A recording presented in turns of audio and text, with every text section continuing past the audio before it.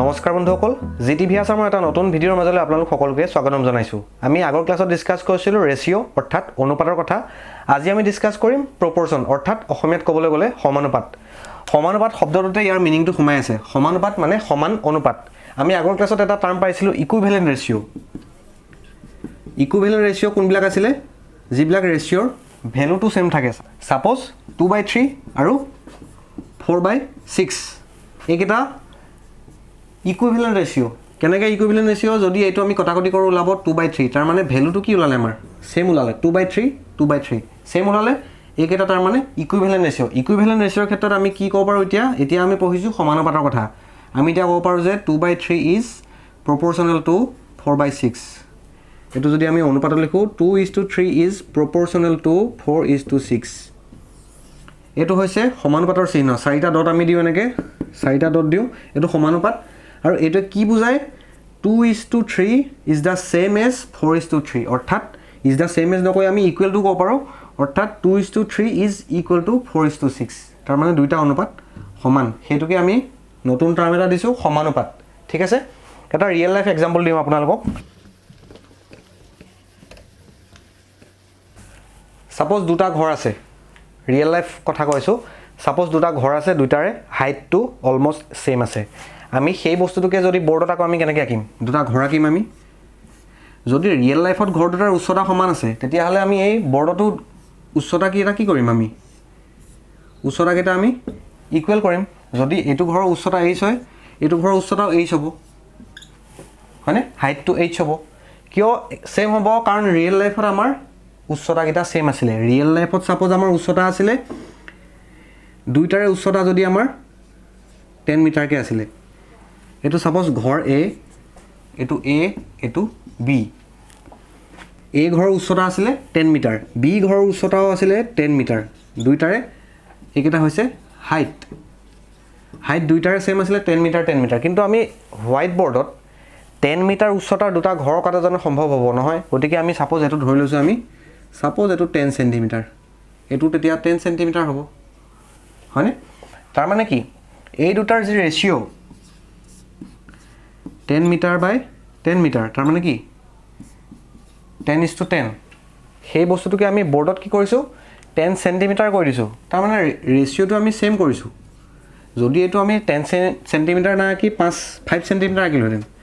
তেতিয়াও আমাৰ শুদ্ধ হলতেন কাৰণ এটো আমি এটা নক্সা আকিছো দুটা ঘৰৰ এটা নক্সা তাৰ মানে ৰেশিওটো আমি সেম কৰিব লাগিব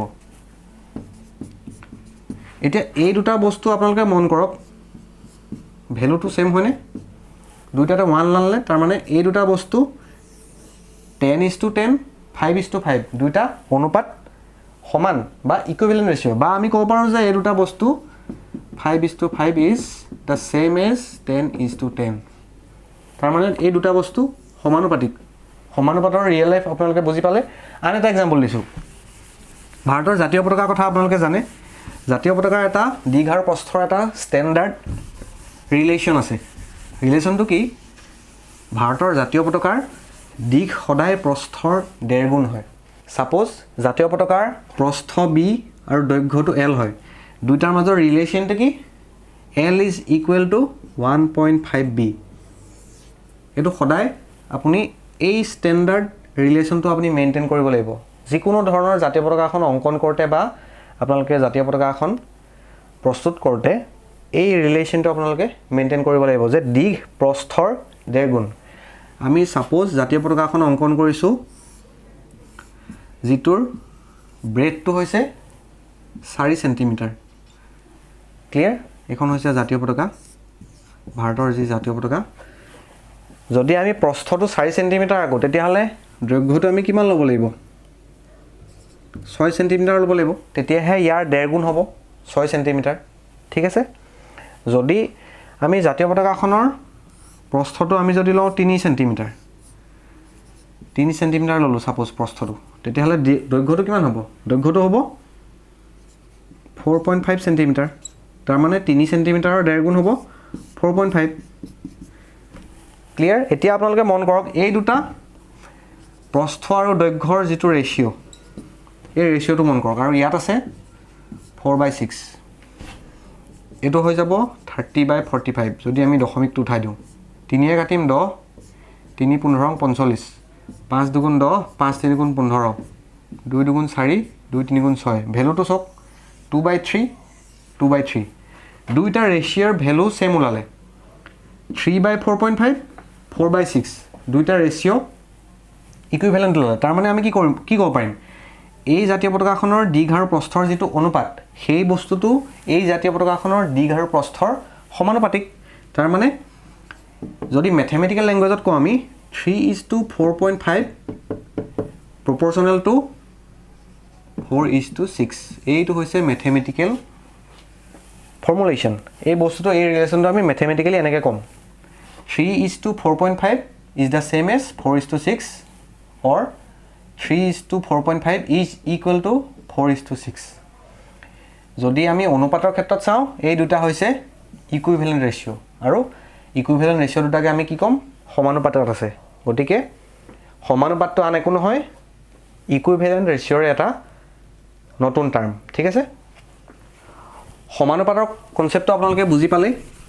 এতিয়া আমি কেইটামান সমানুপাতৰ লগত ৰিলেটেড কেইটামান টাৰ্মছ আলোচনা কৰিম suppose A:B is proportional to C:D ঠিক আছে এটা যদি সমানুপাতত থাকে তেতিয়াহলে যেটো A আৰু D আছে এই কেটা কোৱা হয় extremes of this proportion এই সমানুপাতটোৰ যিকিটা এক্সট্ৰিম এন্ডত থকা টাৰ্ম সেইকেটা কোৱা হয় এক্সট্ৰিমছ বুলি আৰু যিকিটা মাজত আছে B আৰু C এইকেটা কোৱা হয় মিনছ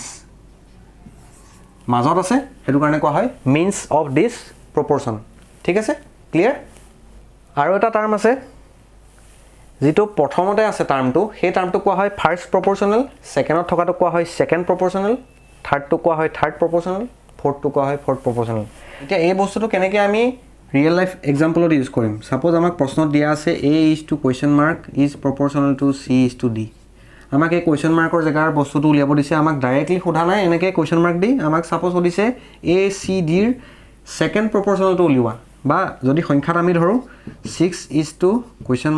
proportional to 7:9 সাপোজ আমাক কৈছে 6 7 আৰু 9 ৰ সেকেন্ড প্ৰপৰচনেলটো উলিওৱা তেতিয়া আমি কি বুজিব লাগিব যে এইটো জায়গাত কি আছে যদি আমাক কয় যদি আমাক দিয়া আছে 6:7 is proportional to dash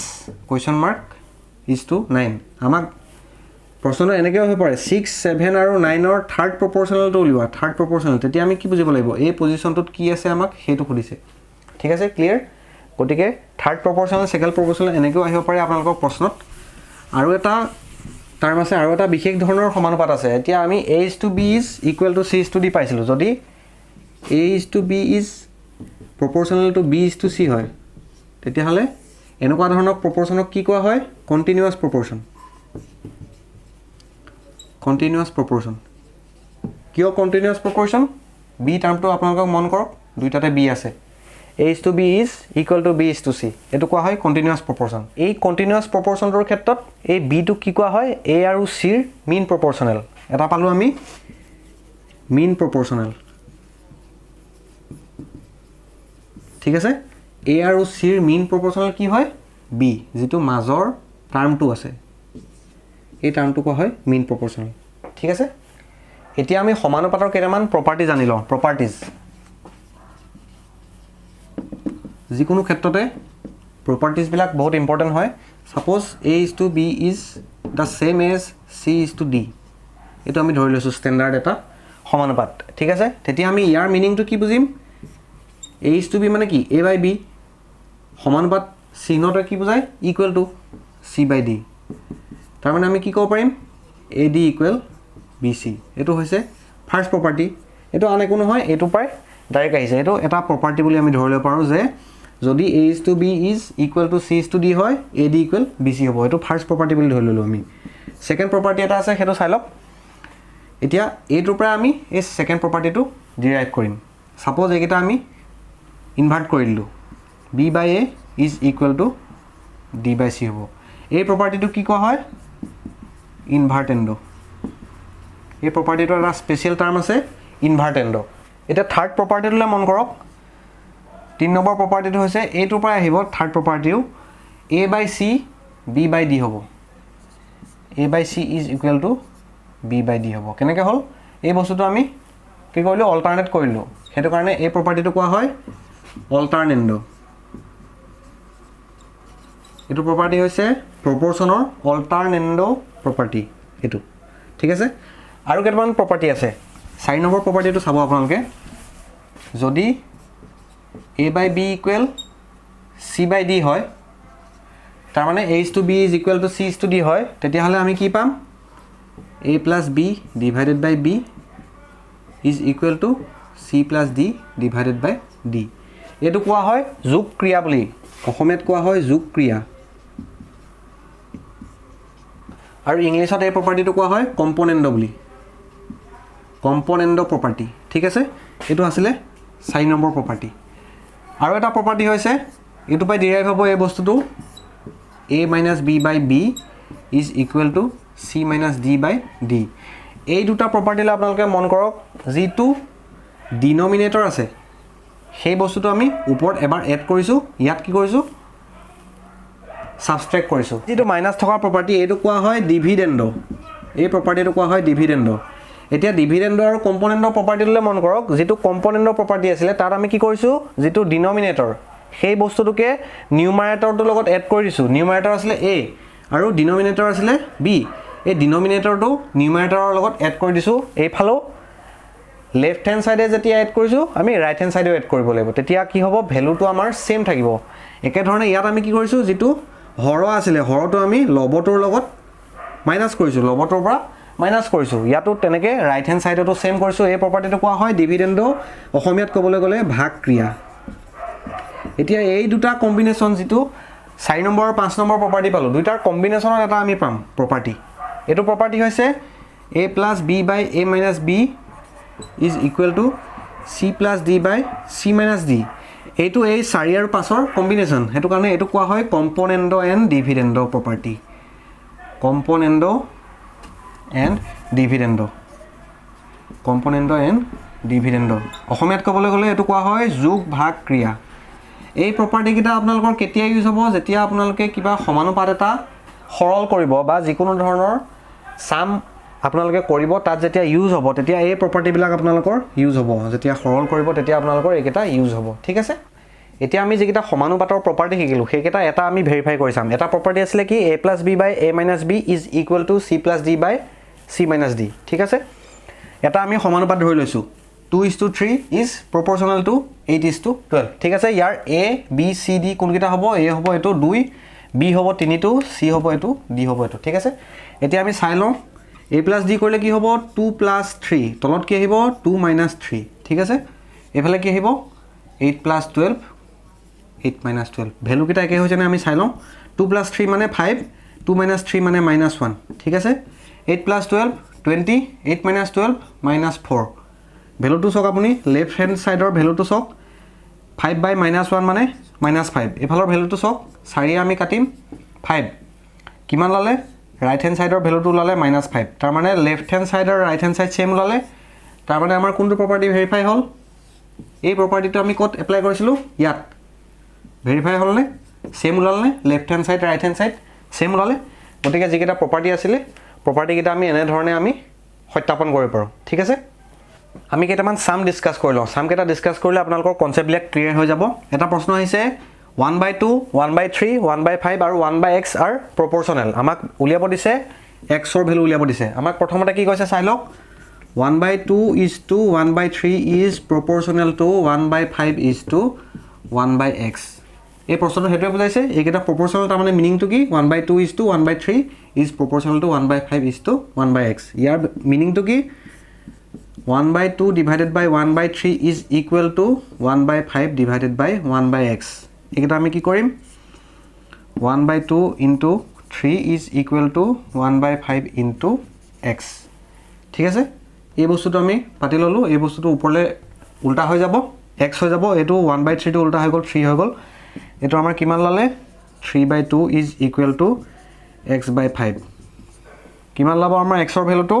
5 3 গুণ 15 আমি বৰ্জ্যগুণন কৰিম 15/2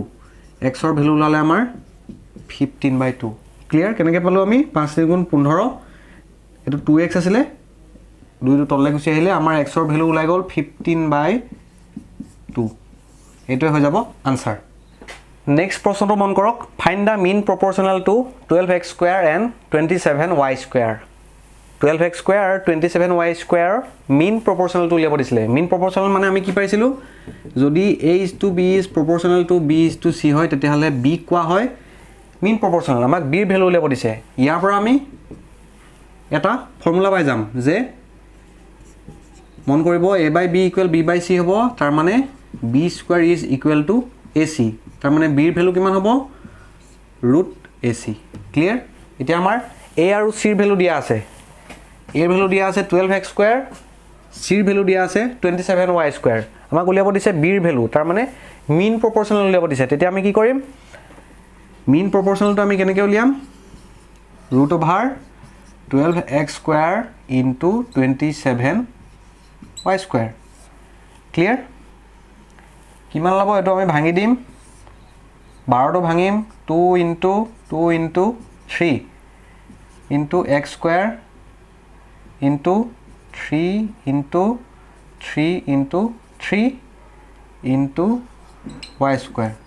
পুৰণ চিহ্নকেইটা কাটি দিছো আপোনালোকৰ কনফিউজ কৰিব ডট দি দিছো 2 * 2 * 3 মানে 12 2 * 4 = 12 x স্কয়াৰ তাৰ মানে x * x 3টা 3 আহিব 3 * 3 = 9 9 * 3 = 27 y স্কয়াৰ এটো সিম্পলিফাই কৰিলে কি হ'ব এই দুটা 2 ভিতৰত আমি কি পাতিম এটা 2 যেহেতু বৰ্গমূল উলিয়াইছো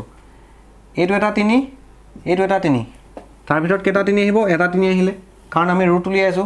দুটা x আছে কেটা x আহিলে এটা x আহিলে দুটা 3 আছে কেটা 3 আহিলে এটা y স্কয়াৰ আছে তাৰ মানে y আহিলে এটো কিমান হ'ব 3 * 6 6 * 3 = 18 18xy আমাৰ b ৰ ভ্যালু ওলাই গল কিমান b is equal to 18xy এটো হৈ গল আনসাৰ এটা এটো প্ৰশ্নলৈ মন কৰক আমাক কি দিয়া আছে a is equal to b/2 is equal to c/5 তাৰ মানে একেটা সমানুপাতত আছে ঠিক আছে আমাক উলিয়াব কি কৈছে a is to b is to c এনেকুৱা ধৰণৰ প্ৰশ্ন আহিলে যদি তিনটা টাৰ্ম থাকে সমানুপাতটো তেতিয়া আমি কেনেকৈ কৰিম এটা ট্ৰিক আছে চাই লওক a is equal to b/2 is equal to c/5 এটো আমি এটা কনস্ট্যান্ট k বুলি ধৰি লম k হৈছে এটা কনস্ট্যান্ট এটো আমি কি কৰিম ধৰি লম লেট তেতিয়া হলে কিমান লাভ আমাৰ ইয়াৰ পৰা কি ওলাব চাব a is equal to k b is equal to কিমান লাভ b/2 is equal to k তাৰ মানে b is equal to 2k c is equal to কিমান লাভ 5k এতিয়া আমি k কেলে ধৰি লৈছো মন কৰিব k টো ধৰিলে কি হ'ব কনস্ট্যান্ট টো ধৰিলে কি হ'ব যেতিয়া আমি ৰেশিও উলিয়াম a is to b is to c k টো কটাকটি যাব তেতিয়া আমাৰ ডিজিট গিটা থাকি যাব সংখ্যা গিটা থাকি যাব এতিয়া আমাৰ a is to b is to c আমি কেনেকৈ উলিয়াম k is to 2k is to 5k k কেটা কটাকটি যাব আমাৰ কি থাকিব 1 is to 2 is to 5 clear আমি easily a is to b is to c ৰ ভ্যালু পাই গলো আমি কি পালো 1 is to 2 is to 5 ঠিক আছে এতিয়া এটো প্ৰশ্নলৈ মন কৰক কি দিছে আমাক a/3 is equal to b/4 is equal to c/7 উলিয়াব কি দিছে a + b + c divided by c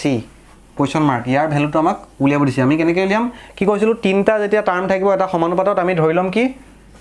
k বুলি ধৰি লম তাৰ ভ্যালুটো গুটেই কেটাৰে ভ্যালুটো আমি এটা কনস্ট্যান্ট k বুলি ধৰি লম তেতিয়া আমাৰ কি ওলাব a is equal to 3k b is equal to 4k এটো আপোনালোকে কনফিউজ হৈছে যদি এটা পাৰ্টলৈ মন কৰক এই c/7 = k2 এই পাৰ্টটো ইগনোৰ কৰক c/7 = k তাৰ মানে তাৰ মিনিংটো কি হ'ব এটো যদি আমি ক্ৰস মাল্টিপ্লিকেশন কৰো c is equal to 7k আমি a b আৰু c এনেকুৱা ধৰণে পাই গলো ইন টাৰ্মস অফ k পাই গলো আমি a b আৰু c ৰ ভ্যালুটো এতিয়া আমি কেনেকৈ কৰিম আমাক উলিয়াব কি দিছে a + b + c/c ইয়াৰ জায়গাত a জায়গাত কি পাতিম 3k b ৰ জায়গাত পাতিম 4k c ৰ জায়গাত পাতিম 7k divided by c মানে 7k 3 4 7 7 7 14 14k divided by 7k k k কটাকটি গল 7 2 14 কিমান লালে আমাৰ ইয়াৰ ভ্যালুটো is equal to 2 লালে আমাৰ ঠিক আছে ক্লিয়াৰ গতিকে এই প্ৰশ্নটোৰ উত্তৰ আমি কেনেকৈ অতি সহজে উলিয়াব পাৰিলো আপোনালোকে দেখা পালে আমি পিছৰ প্ৰশ্নলৈ আগবাঢ়িছো এইটো চাওক আমাক কি দিছে a/b is proportional to 4:1 আমাক কি ভ্যালু উলিয়াব দিছে √a/b প্লাস √b/a ইয়াৰ ভ্যালুটো আমাৰ উলিয়াব দিছে ইয়াৰ মিনিংটো কি a/b is equal 4/1 ঠিক আছে আমি কি কৰিম a ৰ জায়গাত পাতি দিম 4 b ৰ জায়গাত পাতি দিম 1 এটলে মন কৰক ইয়াত আমি কি কৰিম √a ৰ জায়গাত পাতিম 4 b ৰ জায়গাত পাতিম 1 প্লাস √b/a মানে কিমান হ'ব 1/4 এটো কিমান হ'ব √4 মানে 2 প্লাস √1/4 মানে 1/2 কিমান ললে আমাৰ 5/2 গতিকে কেনেকৈ আমি 1 মিনিটৰ ভিতৰতে এনেকুৱা ধৰণৰ এটা প্ৰশ্ন সলভ কৰিব পাৰিম আপোনালোকে দেখা পালে গতিকে সমানুপাতৰ ইমানখিনি পৰ্চনে আপোনালোকৰ কাৰণে সাফিচিয়েন্ট হ'ব সমানুপাত অনুপাত এইবিলাক হৈছে ইন্টাৰ ৰিলেটেড যিকোনো মেথছৰ চেপ্টাৰৰ লগত এইবিলাক ৰিলেট হৈ থাকে বাপেক পুতেকৰ বয়স উলিওৱা বা যিকোনো জ্যামিতি পৰিমিতিৰ অংকটো এনেকুৱা ধৰণৰ অনুপাত সমানুপাতৰ কিছুমান প্ৰবলেম দিয়া থাকিব সেই অংকবিলাকো আপোনালোকে এনেকুৱা ধৰণৰ প্ৰপাৰ্টি বা ট্ৰিক্স বিলাক ইউজ কৰি আপোনালোকে সলভ কৰিব পাৰিব তেনে ধৰণে আমি আগৰ ক্লাছবিলাকত ডিসকাস কৰিছিলো সংহতি তাৰ পিছত দ্বিঘাত সমীকৰণ পঢ়িলো আৰু আমি ৰেশিওৰ কথা পঢ়িলো গতিকে সেই ভিডিও কেটাৰ লিংক মই তলৰ ডেসক্ৰিপচনত দি দিছো যদি আপোনালোকে বিচাৰে সেই ভিডিও কেটা চাব নেক্সট ক্লাছত আমি ডিসকাস কৰিম ভেৰিয়েশন যদি আপোনালোকে আজিৰ ভিডিওটো ভাল পালে তেতিয়াহলে লাইক কৰিব আৰু শেয়াৰ কৰিবলৈ নাপাহৰিব ধন্যবাদ